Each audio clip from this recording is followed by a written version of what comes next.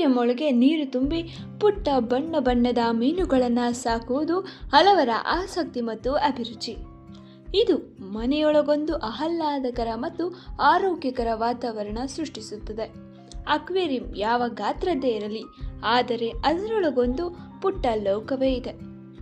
Snow white angel fish, tiger oscar fish, oranda gold fish, snow white cichlid, alligator gar, kissing gourami, ಹೀಗೆ ಹಲವು ರೀತಿಯ aquarium ಫಿಶ್ಗಳನ್ನು ನಾವು ಕಾಣಬಹುದು.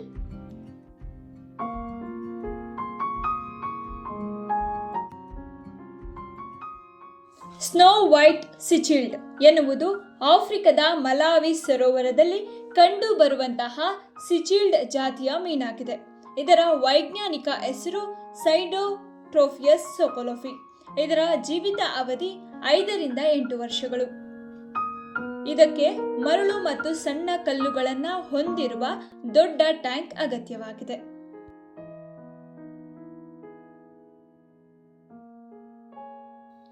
ಒರಂಡಾ gold fish. ಇದರ ವೈಜ್ಞಾನಿಕ ಹೆಸರು ಕೆರಾಸಿಯಸ್ ಔರಾಟಸ್. ಇದು ಕಾರ್ವ್ ಪ್ರಭೇದಕ್ಕೆ ಸೇರಿದ ಮೀನಾಗಿದೆ. ಕೇಸರಿ, ಕೆಂಪು, ಬಿಳಿ, ಕಪ್ಪು ಮತ್ತು ಹಳದಿ ಬಣ್ಣಗಳಲ್ಲಿ ದೊರೆಯುತ್ತದೆ. ಇದನ್ನು ವೆನ್ ಫಿಶ್ ಅಂತಲೂ ಕರೆಯಲಾಗುತ್ತದೆ.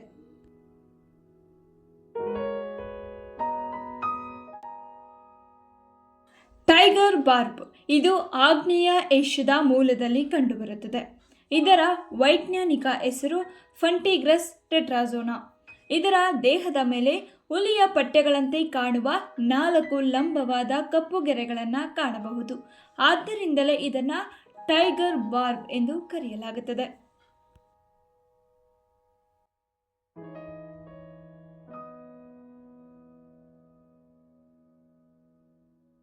ಸಿಲ್ವರ್ ಡಾಲರ್ ಮೀನು ದಕ್ಷಿಣ ಅಮೆರಿಕದ ಅಮೆಜಾನ್ ಮತ್ತು ಅದರ ಸುತ್ತಮುತ್ತಲಿನ ನದಿಗಳಲ್ಲಿ ಕಂಡುಬರುತ್ತದೆ. ಇದರ ವೈಜ್ಞಾನಿಕ ಹೆಸರು ಚಾರಾಸಿಡೆ.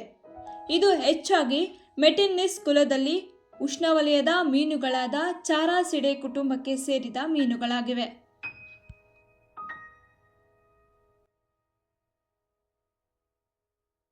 ಕೊಲಸಾ ಮೀನು. ಇದು ಕರ್ನಾಟಕದಲ್ಲಿ ಜನಪ್ರಿಯವಾದಂತಹ ಮೀನಾಗಿದೆ.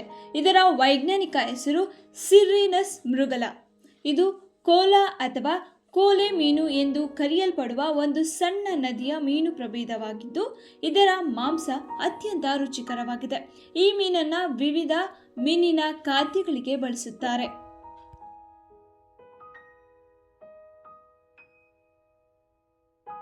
Snow white angel fish.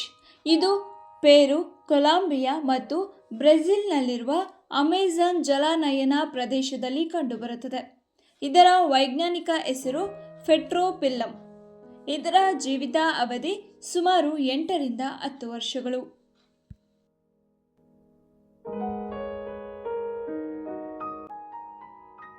ನಮ್ಮ ಹೆಸರು ಚಂದ್ರು ಅಂತ. ನಾವು ಸುಮಾರು 11 ರಿಂದ 12 ವರ್ಷದಿಂದ ಮೀನುಗಾರಿಕೆ ಮಾಡ್ತಾ ಇದ್ದೀವಿ. ನಾವು ಸುಮಾರು ಸಿಆರ್ ಅಕ್ವಾಟೆಕ್ ಅನ್ನೋದು ನಮ್ದೊಂದು ಕಂಪ್ನಿ. ನಮ್ದು ಗೌರ್ಮೆಂಟ್ ಸರ್ಟಿಫೈಡ್ ಆಗಿರೋದು ಒಂದು ಕಂಪ್ನಿ. ಸೆಂಟ್ರಲ್ ಗೌರ್ಮೆಂಟು ಮತ್ತು ಸ್ಟೇಟ್ ಗೌರ್ಮೆಂಟು ನಮ್ಗೆ ಸರ್ಟಿಫೈಡ್ ಆಗಿರೋದು ಏಕೈಕ ಹ್ಯಾಚರಿ, ಮೊರಲ್ ಹ್ಯಾಚರಿ ಅಂದರೆ ಸಿಆರ್ ಅಕ್ವಾಟೆಕ್ ಒಂದೇ. ಸುಮಾರು ಫೇಕ್ ಹ್ಯಾಚರೀಸ್ಗಳಿದೆ. ಅದು ಬೆಂದು ನೀವು ರೈತರು ಏನೇ ಒಂದು ಮರಿಗಳು ತೊಗೊಬೇಕು, ಏನೋ ಒಂದು ಫೀಡ್ ಮ್ಯಾನೇಜ್ಮೆಂಟ್ ಮಾಡಬೇಕು, ವಾಟರ್ ಕ್ವಾಲಿಟಿ ಮ್ಯಾನೇಜ್ಮೆಂಟ್ ಮಾಡಬೇಕು ಅಂದರೆ ಫಸ್ಟ್ ರೈತರು ತಿಳ್ಕೊಬೇಕು ಎಲ್ಲಿ ಕ್ವಾಲಿಟಿ ಸೀಡ್ ಸಿಗುತ್ತೆ, ಎಲ್ಲಿ ಕ್ವಾಲಿಟಿ ಫೀಡ್ ಸಿಗುತ್ತೆ, ಎಲ್ಲಿ ಕ್ವಾಲಿಟಿ ಪ್ರಾಪರ್ ಗೈಡೆನ್ಸ್ ಮಾಡ್ತಾರೆ ಅಂತ ತಿಳ್ಕೊಬೇಕು. ಯಾಕಂದ್ರೆ ಈಗ ಸುಮಾರು ಎಷ್ಟೋ ಜನ ಏನು ಮಾಡ್ತಾರೆ, ರೈತರಿಗೆ ಮಿಸ್ಗೈಡ್ ಮಾಡ್ತಾ ಇದ್ದಾರೆ. ಕೆಜಿಗೆ 400 ರೂಪಾಯಿ ಮಾಡ್ತೀನಿ ಅಂತ ಯೂಟ್ಯೂಬಲ್ಲಿ ಹಾಕೊಳ್ಳೋದು, 350 ರೂಪಾಯಿ ಮಾಡ್ತೀನಿ ಅಂತ ಯೂಟ್ಯೂಬಲ್ಲಿ ಹಾಕೊಳ್ಳೋದು. ಯೂಟ್ಯೂಬ್ ಇದು ಪ್ರಚಾರಕ್ಕೋಸ್ಕರ ರೈತರನ್ನ ಹಳ್ಳಕ್ಕೆ ತಳ್ತಾ ಇದ್ದಾರೆ. ಸೊ ಅದಕ್ಕೆ ಹೇಳ್ತಾ ಇರೋದು, ರೈತರಿಗೆ ನಾನು ಹೇಳೋದೇನೆಂದ್ರೆ, ಪ್ರಾಪರ್ ಹ್ಯಾಚರಿಗಳಿಗೆ ವಿಸಿಟ್ ಮಾಡಿ ಮರಿ ಹೆಂಗ್ ಬೆಳೆಸೋದು, ಕಲ್ಚರ್ ಹೆಂಗ್ ಮಾಡೋದು, ಮತ್ತೆ ಅದು ಮಾರ್ಕೆಟ್ ಸೇಲ್ಸ್ ಮಾಡೋದು ಯಾವ ರೀತಿ ಅಂತ ತಿಳ್ಕೊಬೇಕು. ಫಸ್ಟ್ ಅದೇ ತಿಳಿದಿರಾ ನೀವು ಡೈರೆಕ್ಟಾಗಿ ಇದಕ್ಕೆ ಎಷ್ಟು ಆದಾಯ ಬರುತ್ತೆ, ಬಾಂಡ್ ಕನ್ಸ್ಟ್ರಕ್ಷನ್ಗೆ ಎಷ್ಟು ಎಲ್ಲ ಫೋನ್ ಕಾಲಲ್ಲಿ ತಿಳಿಯೋದಕ್ಕಿಂತ ವಿಸಿಟಿಂಗ್ ಹೋಗ್ಬೇಕು. ಅವರ ಜಾಗಕ್ಕೆ ಯಾವ ಥರ ಮರಿ ಸಾಕ್ತಾ ಇದ್ದಾರೆ, ಹೆಂಗ್ ಸಾಕಬೇಕು, ಆ ಮರಿ ಸಾಕಿದ್ರೆ ಎಷ್ಟು ಲಾಭ, ಯಾವ ಮರಿ ಸೈಜ್ ತಗೊಂಡ್ರು ನಿಮ್ಗೆ ಲಾಭ ಆಗುತ್ತೆ. ನಾನು ಹೇಳೋದು ಫಸ್ಟ್ ರೈತರಿಗೆ, ಹೊಸ ರೈತರಿಗೆ 5 ಇಂಚು ಮರಿಗಳಿಂದ ನೀವು ಹೋದ್ರೆ, ಇಲ್ಲ 6 ಇಂಚ್ ಮರಿಗಳು ಹೋದ್ರೆ, ಎಷ್ಟು ಬಿತ್ತನೆ ಮರಿಗಳು ಉದ್ದ ದಪ್ಪ ಅಂದ್ರೆ ಎಷ್ಟು ತಿಂಗಳಾಗಿರುತ್ತೆ, ಅದನ್ನ ತಗೊಂಡು ನೀವು ಕಲ್ಚರ್ ಮಾಡಿದ್ರೆ ಸಕ್ಸಸ್ ಆಗ್ತೀರಾ. ಟೈಗರ್ ಆಸ್ಕರ್ ಮೀನು. ಇದರ ವೈಜ್ಞಾನಿಕ ಹೆಸರು ಅಸ್ಟ್ರೋನೋಟಸ್ ಒಸೆಲ್ಲಾಟಸ್. ಆಸ್ಕರ್ ಎಂಬುದು ಸಿಚಿಲ್ಡ್ ಜಾತಿಗೆ ಸೇರಿದ ಮೀನಾಗಿದೆ. ಇದನ್ನು ಟೈಗರ್ ಆಸ್ಕರ್, ವೆಲ್ವೆಟ್ ಸ್ಲಿಚಿಡ್ ಮತ್ತು ಮಾರ್ಬಲ್ ಸ್ಲಿಚಿಡ್ ಸೇರಿದಂತೆ ವಿವಿಧ ಸಾಮಾನ್ಯ ಹೆಸರುಗಳಲ್ಲಿ ಕರೆಯಲಾಗುತ್ತದೆ. ಉಷ್ಣವಲಯದ ದಕ್ಷಿಣ ಅಮೆರಿಕದಲ್ಲಿ ಈ ಜಾತಿಯ ಮೀನುಗಳು ಕಂಡುಬರುತ್ತವೆ.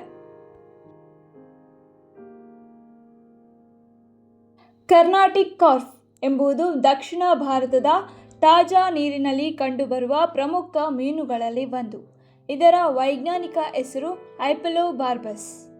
ಕರ್ನಾಟಕ, ಕೇರಳ ಮತ್ತು ತಮಿಳುನಾಡಿನ ನದಿಗಳು, ಕೆರೆಗಳು ಹಾಗೂ ಜಲಾಶಯಗಳಲ್ಲಿ ಈ ಮೀನುಗಳು ಹೆಚ್ಚಾಗಿ ಕಂಡುಬರುತ್ತದೆ. ಇದು ಬಲಿಷ್ಠ ದೇಹ, ದೊಡ್ಡ ತಲೆ ಮತ್ತು ಹೊಳೆಯುವ ಚರ್ಮವನ್ನು ಹೊಂದಿದೆ. ಸ್ಥಳೀಯವಾಗಿ ಆಹಾರದ ಮೀನು ಆಗಿಯೂ ಮಹತ್ವ ಪಡೆದುಕೊಂಡಿದೆ.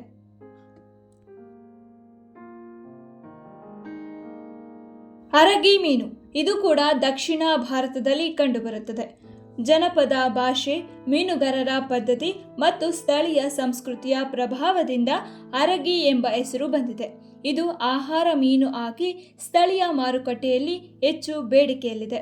ಇದು ಕೂಡ ಐಪಲೋಬಾರ್ಬಸ್ ವರ್ಗಕ್ಕೆ ಸೇರಿದೆ.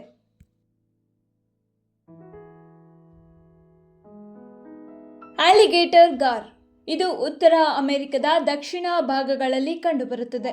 ಇದರ ತಲೆ ಆಲಿಗೇಟರ್ ಮೊಸಳೆಯಂತೆಯೇ ಉದ್ದವಾಗಿದ್ದು ಬಲಿಷ್ಠ ದವಡೆಗಳು, ತೀಕ್ಷ್ಣ ಹಲ್ಲುಗಳನ್ನು ಹೊಂದಿರುವುದರಿಂದ ಆಲಿಗೇಟರ್ ಎಂಬ ಹೆಸರು ಬಂದಿದೆ.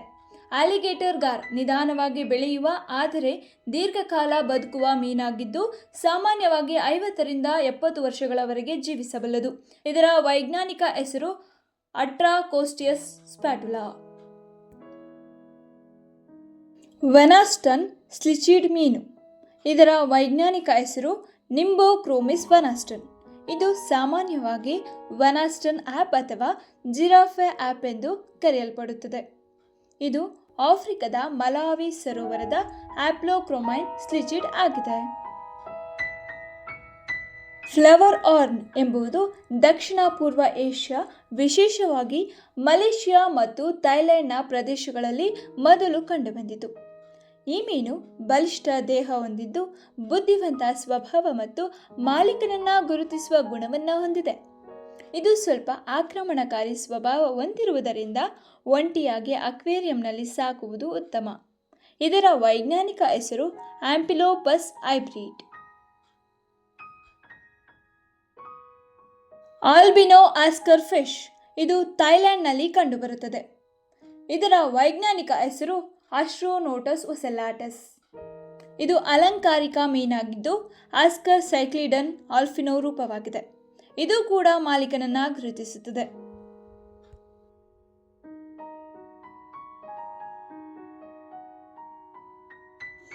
ಕಿಸ್ಸಿಂಗ್ ಗೌರಮಿ ಇದು ಚುಂಬಿಸುವಂತೆ ಕಾಣುವ ಬಾಯಿಯನ್ನು ಹೊಂದಿರುವುದರಿಂದ ಈ ಹೆಸರು ಬಂದಿದೆ.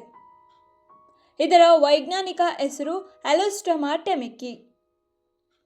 ಇದು ದಕ್ಷಿಣ ಪೂರ್ವ ಏಷ್ಯಾದ ಥೈಲ್ಯಾಂಡ್, ಇಂಡೋನೇಷ್ಯಾ, ಮಲೇಷ್ಯಾ, ವಿಯೆಟ್ನಾಂ ದೇಶಗಳ ನದಿ ಅಥವಾ ಕೆರೆಗಳಲ್ಲಿ ಕಂಡುಬರುತ್ತದೆ.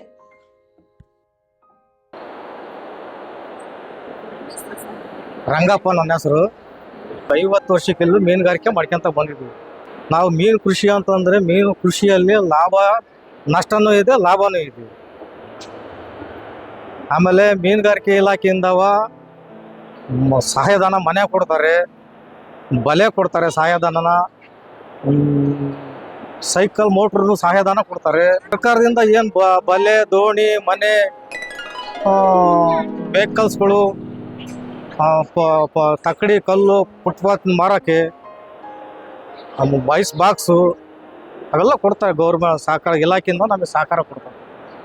ಮೀನುಗಾರಿಕೆಯಲ್ಲೇ ನಾವು ನಮ್ಮ ಅತ್ತ ಮುತ್ತದ ಕಾಲದಿಂದಲೂ ನಾವು ಮೀನುಗಾರಿಕೆ ಬದುಕಿದ್ದಕ್ಕೆ ಬಂದಿರೋದು. ನಮಗೆ ಬೇರೆ ಕೃಷಿದು ಗೊತ್ತಿಲ್ಲ, ಮೀನುಗಾರಿಕೆ ಮಾತ್ರ ಗೊತ್ತು ನಮಗೆ.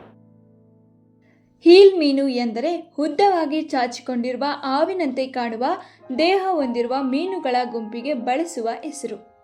ಹೀಲ್ ಎಂದರೆ ಅಂಗು ಇಲಿ ಫಾರ್ಮ್ಸ್ ಕ್ರಮಕ್ಕೆ ಸೇರಿದ ಯಾವುದೇ ಮೀನು. ಇದು 4 ಉಪವರ್ಗಗಳು, 20 ಕುಟುಂಬಗಳು, 111 ತಳಿಗಳು ಮತ್ತು ಸುಮಾರು 800 ಜಾತಿಗಳನ್ನು ಒಳಗೊಂಡಿದೆ. ಹೆಚ್ಚಿನ ಹೀಲ್ಗಳು ಪರಭಕ್ಷಕಗಳಾಗಿವೆ.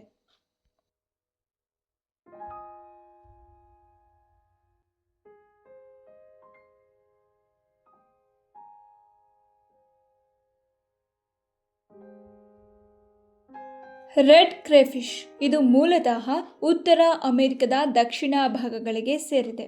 ಇದರ ವೈಜ್ಞಾನಿಕ ಹೆಸರು ಪ್ಲೊಕಾಂಬರಸ್ ಕ್ಲಾರ್ಕಿ. ಇದು ಚಲಿಸುತ್ತದೆ. ಇದು ಸತ್ತ ಜೀವಿಗಳು, ಸಣ್ಣ ಮೀನುಗಳು ಹಾಗೂ ಕೀಟಗಳನ್ನು ಆಹಾರವಾಗಿ ಸೇವಿಸುತ್ತದೆ.